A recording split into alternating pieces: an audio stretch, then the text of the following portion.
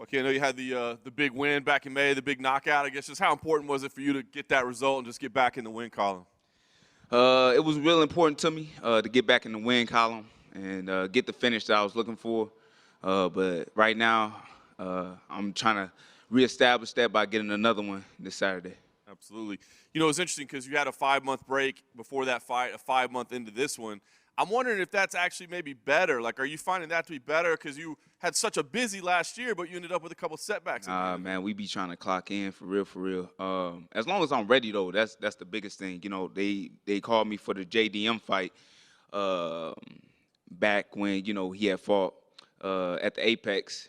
And I felt like, you know, it was too much of a short time to fight somebody at that, you know, level.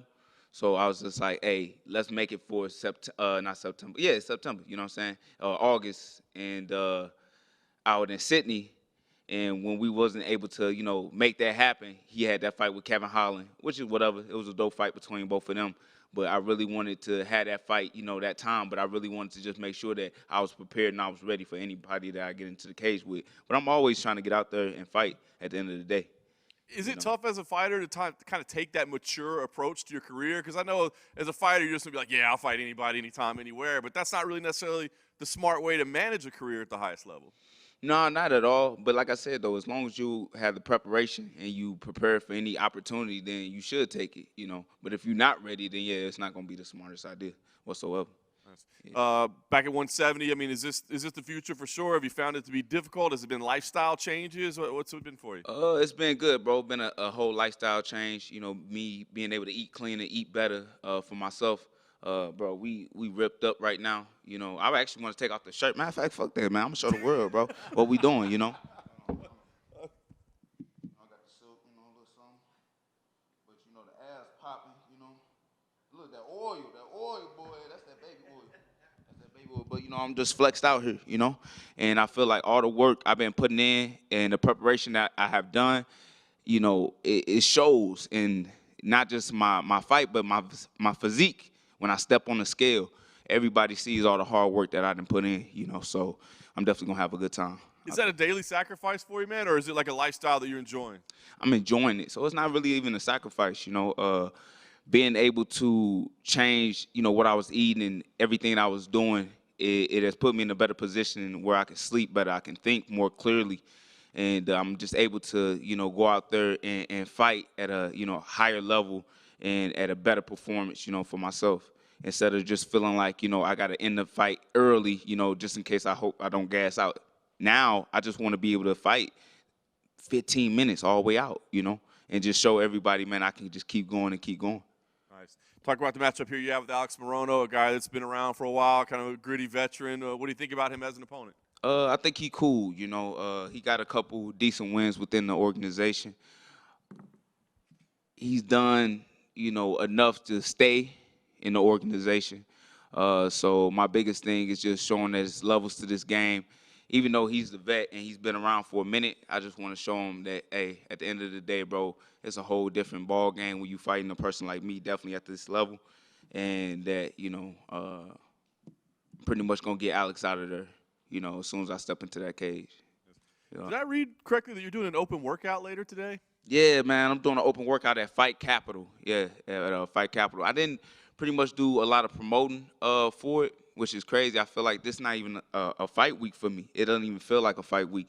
I think everything that happened just like this, you know, just even seeing the UFC post about it, you know, it just happened so quick. So I still haven't felt like no type of nerves, no type of feeling of whatever. You know, so I really got to focus and get my mind right. But, yeah, I'm doing an open workout at Fight Capital. Very nice. Last thing for me, pick up another big win here. Try to squeeze something in before the end of the year. Do you start looking towards next year? What's the plans for the win here? I mean, it all depends on the UFC and what they're trying to do. But, yeah, I would love to get another one, you know, depending on how this fight go, which I think is going to go my way. Definitely trying to squeeze in one more, probably in December. Hey, Joaquin, what do you think of Sean Strickland's title win? I think it was dope, you know, the champ that we needed right now. You hear me? And, you know, Sean is definitely shaking up the game, you know, just with his personality alone. But it showed you as well, you know, it's all mental, you know, it's all mentality. Didn't nobody have Sean pick the win, obviously, with Israel Adesanya being a very dominant, middleweight champion. But Sean was like, fuck that, went over there, Australia, had the mentality that he was like, hey, bro, I'm a, live or die on this, because he walked down Izzy the whole time. And when Izzy just didn't have any type of answer for him, he realized, bro, he's like, bro, I'm about to take this man belt, period. So that actually gives me a lot of motivation myself that I can do the same thing at 170 right now. So, yeah, shout out to Sean, new champ. Obviously, you got some work in at Extreme Couture in the past. Like, was it just cool seeing him get that belt after training with him? Yeah, but like I said, bro, it just shows and it gives a lot of people motivation when you're able to be surrounded by people like that. I just trained with a world champion. Even with Jamal. When I was with him, it's just when you surround yourself with people that have that presence, it's just like, all right, I can do the same thing. I can be involved and get myself in the same spot if necessary. The welterweight division finally got that championship fight booked. How do you see that fight going between Leon Edwards and Colby Covington? Oh, it just got booked? I don't know, bro. To be honest with you, it don't make any sense to me. To put some respect on his name, Bilal Muhammad should definitely, been fighting for the belt, Colby Covington, be honest with you, I can't even remember the last fight he had. I really can't remember, like, who did he fight last? I'm going to ask y'all a question. Who did he fight last? I can't remember. So regardless of that, I feel like Bilal Muhammad should have definitely been up next to fight for the belt. So I don't really know how that Leon and Colby Covington fight goes. But I'd rather have seen Bilal fight for that title. Awesome. Thanks, man. Joaquin, anyone that knows about you or follows you knows how adamant you are about fighting Jack Della Maddalena. Have you two had any discussions? Nah, man, be honest with you, bro. And now we finna turn up because, thank you, bro, because you asked a good question. These dudes don't want to promote the fight. And to be honest with you, I wanted to promote this whole time with Alex, but he gave me nothing. He ain't got no personality. He ain't got no character. And I feel like a lot of these fighters, man, when they come out here, they get mad because, oh, man, they not showing me doing this. They not showing my highlights. But what are you doing to promote the fight? And I feel like I've been doing it like so often with, whether it's the Chris Curtis fight, whether it's the Nasruddin fight, whether it's Albert Duraev. I put in so much promotion, but these other fighters don't give me nothing back, which make me not even want to do it, because it's just like, what's the point if the other person in front of me doesn't want to try to help sell this fight too? Because we trying to get everybody to watch this. We on a Grant Dawson and Bobby Green, no disrespect to them card, but how many people coming to see that main event? Just to even watch it. They only gonna watch it because it's the UFC, bro, and people just used to it, But what are these fighters doing to help promote? So JDM, I'm really not tripping off of him, because he's not the type of fighter to try to promote himself and put himself in a bigger position. That's it. Is there another guy in the division that you think would match your energy in terms of that type of flow? Kevin Holland. All day. Kevin Holland would definitely match my flow with that, but it's not a lot of fighters that's willing to promote themselves because, in my honest opinion, they don't really believe in themselves, truthfully. Fair enough. And I was just curious for my last one. Two of your former opponents, Nasruddin Imavov and Chris Curtis, fought each other not too long ago and ended in a no contest. What did you make of that fight? I mean, it wasn't much to make of it, to be honest with you. Nasruddin did a stupid thing. I think he either poked him in the eye or headbutt. So that was his fault. But I don't have much thoughts on that fight though. Thank you. Yeah.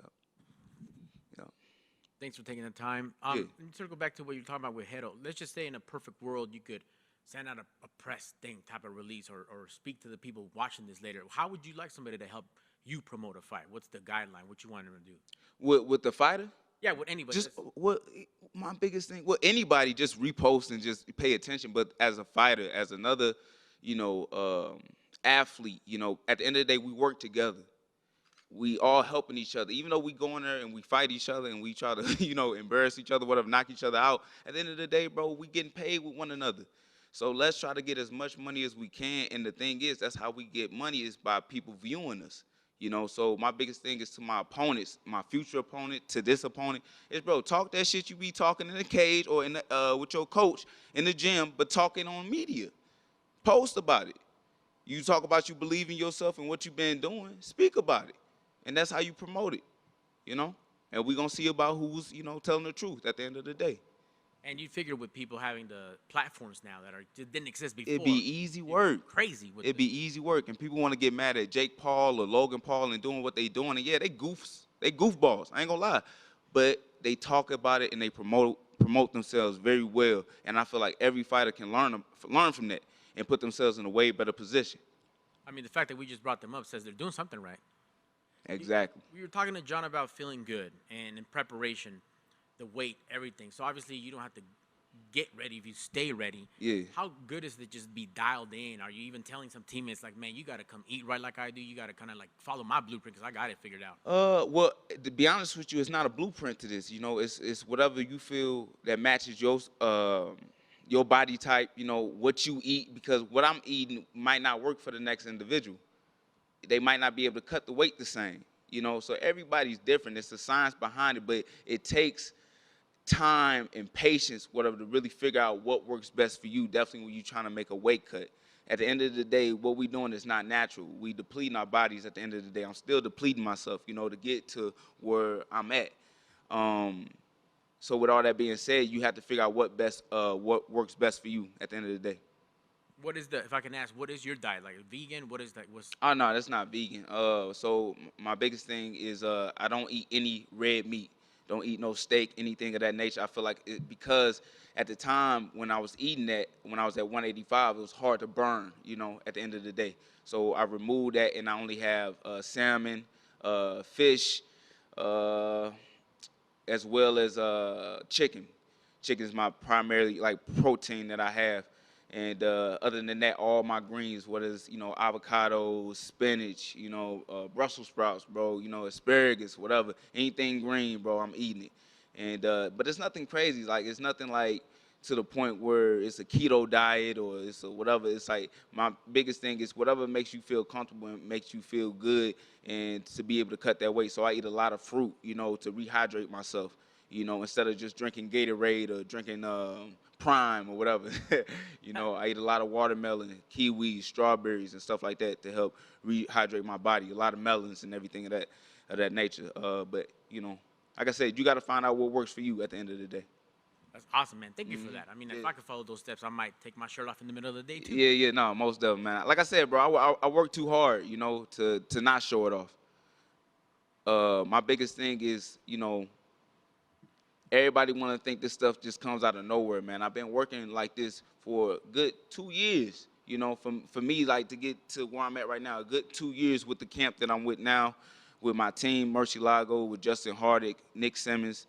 That's my team. And, you know, we worked real hard to put me in position, man, to show the world that I'm going to be the greatest welterweight fighter of all time. That's what's up. And last for me, with your opponent, you mentioned 15 minutes. I know Alex can give you that 15 minutes. When you got that contract or your manager were talking, what was the reaction like? Oh, okay, like we can match up good with Morono. I don't really concern myself with my opponents no more. Like, it's not a competition to me, right? It's just as long as I got somebody to, you know, step in the cage with, bro, we got a dance going on. So it doesn't matter if it was Alex Morono. It doesn't matter if it was JDM. It don't matter if it was Kevin Holland. It don't matter who it is. As long as I got somebody to fight, we good to go. Excellent. Well, Yes, good luck sir. on Saturday. Can't wait to see it. Thank you. Appreciate it. Thank you.